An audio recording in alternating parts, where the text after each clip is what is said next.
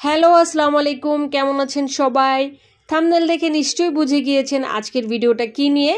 আজকের ভিডিওতে এমন একটা জিনিস আছে যেটা একই সাথে জৈব সার আবার অর্গানিক কীটনাশক হিসেবেও ব্যবহার করা যায়।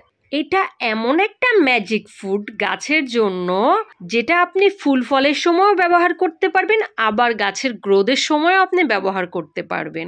আর এইভাবে গাছের গোড়ায় আপনি মালচিং হিসেবেও ব্যবহার করতে পারবেন। এতে মাটি ময়েস্ট থাকবে। লাউ গাছে পেঁয়াজের খোসা এইভাবে ব্যবহার করলে মাটি শুকিয়ে যাবে না, মাটি সব সময় ময়েস্ট থাকবে, কারণ লাউ গাছের মাটি কিন্তু সব সময় একটু ময়েস্ট রাখতে হয়। চাইলে মাটি তৈরির সময়েও কিন্তু আপনারা পেঁয়াজের খোসা ব্যবহার করতে পারেন। এইবার আসুন দেখি কিভাবে আমরা অর্গানিক কীটনাশক তৈরি করব এই পেঁয়াজের খোসা দিয়ে। এই যে এইখানে আমি একটা পাত্রে 2-3 দিন পেঁয়াজের খোসা ভিজিয়ে রেখেছিলাম। এইটা আমি কিন্তু সাধারণ পানি দিয়ে ভিজিয়ে রেখেছিলাম। আর এখন এটা আমি ছেঁকে নিচ্ছি। এই পানিটা এখন যেহেতু শীতকাল, আমি যদি গরমের সময় এটা ভিজিয়ে রাখতাম তাহলে কিন্তু এই পানিটা আরেকটু ঘন হতো। শীতকালে 2-3 দিন আর গরমের সময় 3 থেকে 4 দিন ভিজিয়ে রাখলেই আমাদের এই সারটা রেডি হয়ে যাবে। তো এখন যেহেতু আমার সারটা 2 থেকে 3 দিন ভিজানো ছিল, খুব একটা ঘন হয়নি, তাই আমি এটার মধ্যে কিন্তু পানি মিক্সড করব না। এটা একদমই পাতলা। আর যেহেতু আমি এটা স্প্রে করব, তো আমি এটাতে কোনো পানি মিক্সড করব না। আমি এইভাবেই একটা স্প্রে বোতলে ভরে নিচ্ছি।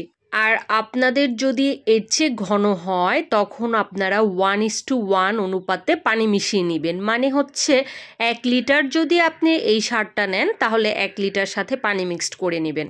আর কেউ যদি পাতায় স্প্রে করতে না চান তাহলে আপনারা এই লিকুইড সারটা গাছের গোড়াতেও দিতে পারেন। 10 দিন পর পর এই সারটা ব্যবহার করতে পারবেন। আর পাতায় স্প্রেও আপনারা 10 থেকে 15 দিন পর পর করলেই হবে। এই যে দেখুন আমার সিম গাছ, এই সিম গাছে কিন্তু সবারই মোটামুটি অনেক পোকার আক্রমণ হয়, বিশেষ করে জাপ পোকার আক্রমণটা বেশি হয়। কীটনাশকটা ইউজ করলে এই ধরনের জাপ পোকা তো হবেই না, সাথে গাছ পাবে phosphorus, calcium, iron, magnesium, sulphur, zinc, manganese, copper আর সামান্য পরিমাণে নাইট্রোজেন।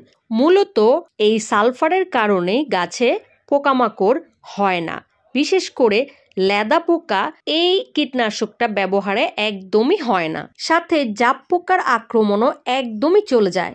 গাছ মূলত 20% খাবার শেকড় থেকে নেয় আর বাকি 80% খাবারই তার পাতা থেকে নেয়। তাই আমরা যদি এই সারটা স্প্রে করে দেই তাহলে যেমন আমরা পোকার আক্রমণ থেকেও রক্ষা পাবো, তেমনি গাছের যেই কোনো পুষ্টির অভাব হলেও এই সারের মাধ্যমে তা পূরণ হয়ে যাবে। পেঁয়াজের খোসার লিকুইড সারটা আমরা যখন ছেঁকে নিব, ওই অবশিষ্ট অংশটা চাইলে আমরা আরেকবার পানিতে ভিজিয়ে আবারও আমরা এইভাবে ব্যবহার করতে পারি।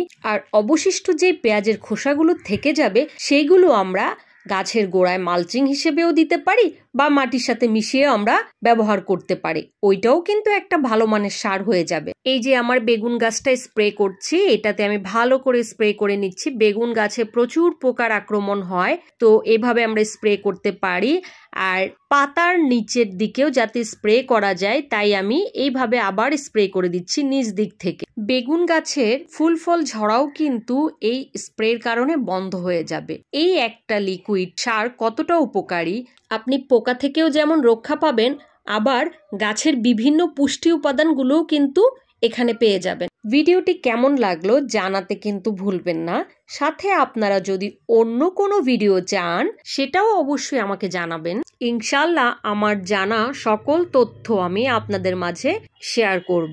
এইদিকে আমার ছোট্ট ছাদ বাগানের সবগুলো গাছই স্প্রে করা হয়ে গিয়েছে। এতক্ষণ ভিডিওটি ধৈর্য ধরে দেখার জন্য সবাইকে অসংখ্য ধন্যবাদ। সবাই ভালো থাকবেন, সুস্থ থাকবেন, ইরাজ গার্ডেন ব্লগের সাথেই থাকবেন। আল্লাহ হাফেজ।